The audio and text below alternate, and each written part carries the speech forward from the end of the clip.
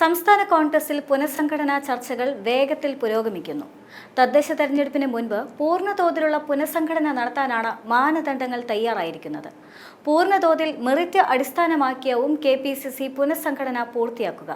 DCC, KPCC ഭാരവാഹിത്വങ്ങളിലടക്കം merit മാനദണ്ഡമാക്കിയാകും ചുമതലകൾ നൽകുക. നിലവിലെ 9 DCC അധ്യക്ഷന്മാർ മാറുമെന്നാണ് വിവരം. മുമ്പുണ്ടായിരുന്ന ആശയക്കുഴപ്പങ്ങൾ നീങ്ങിയിട്ടുണ്ട്. DCC തലത്തിൽ അഴിച്ചുപണി വേണമെന്ന കാര്യത്തിൽ തീരുമാനവുമായിട്ടുണ്ട്. എറണാകുളം, തൃശൂർ, കോഴിക്കോട്, മലപ്പുറം, കണ്ണൂർ എന്നിവിടങ്ങളിലെ അധ്യക്ഷന്മാർ തുടരുമെന്നാണ് നിലവിൽ ലഭിക്കുന്ന വിവരം. ബാക്കിയിടങ്ങളിലെ അധ്യക്ഷന്മാർക്ക് സ്ഥാനചലനമുണ്ടാകും. മെറിറ്റ് മാനദണ്ഡമാക്കിയാകും DCC അധ്യക്ഷന്മാരെ നിയമിക്കുക. KPCC പുനഃസംഘടന കൂടി പൂർത്തിയായ ശേഷമാകും DCC ഭാരവാഹികളുടെ നിയമനം നടക്കുക. യുവതീ-യുവാക്കൾക്ക് പ്രാധാന്യം നൽകി നടത്തുന്ന പുനഃസംഘടന സംസ്ഥാന കോൺഗ്രസിൽ തലമുറ മാറ്റത്തിന്റെ ശംഖുലി മുഴക്കുന്നതായിരിക്കുമെന്നാണ് അറിയാൻ കഴിഞ്ഞിട്ടുള്ളത്. K. സുധാകരൻ KPCC അധ്യക്ഷനായി ചുമതലയേറ്റ ശേഷം സംഘടനാ ജനറൽ സെക്രട്ടറി അടക്കം 23 പേർക്കാണ് KPCC ജനറൽ സെക്രട്ടറിമാരുടെ ചുമതല നൽകിയിട്ടുള്ളത്. ഇത് 30ആയി ഉയർന്നേക്കുമെന്നാണ് ചർച്ച രൂപപ്പെട്ട പ്രാഥമിക ധാരണ. അതുകൊണ്ട് സെക്രട്ടറിമാരുടെ എണ്ണം 60ആയി ഉയർന്നേക്കും. ഒരു ജനറൽ സെക്രട്ടറിക്ക് 2 സെക്രട്ടറിമാർ എന്ന അനുപാതത്തിലാവണം നിയമനമെന്ന മാനദണ്ഡം മുൻപ് തന്നെ രൂപീകരിക്കപ്പെട്ടിരുന്നു.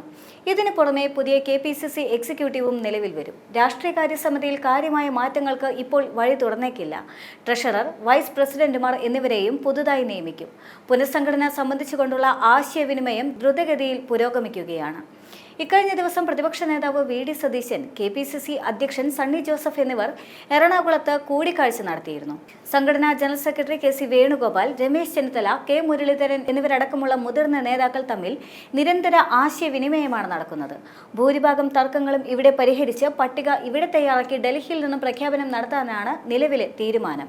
KPCC പുനഃസംഘടനയ്ക്ക് പിന്നാലെ ജില്ലകളിലും അഴിച്ചുപണി ഉണ്ടാകുമെന്ന് വ്യക്തമായതോടെ DCC നേതൃത്വം പിടിക്കാനായി പല ഗ്രൂപ്പുകളും നേതാക്കളും രംഗത്തെത്തിയിരുന്നു.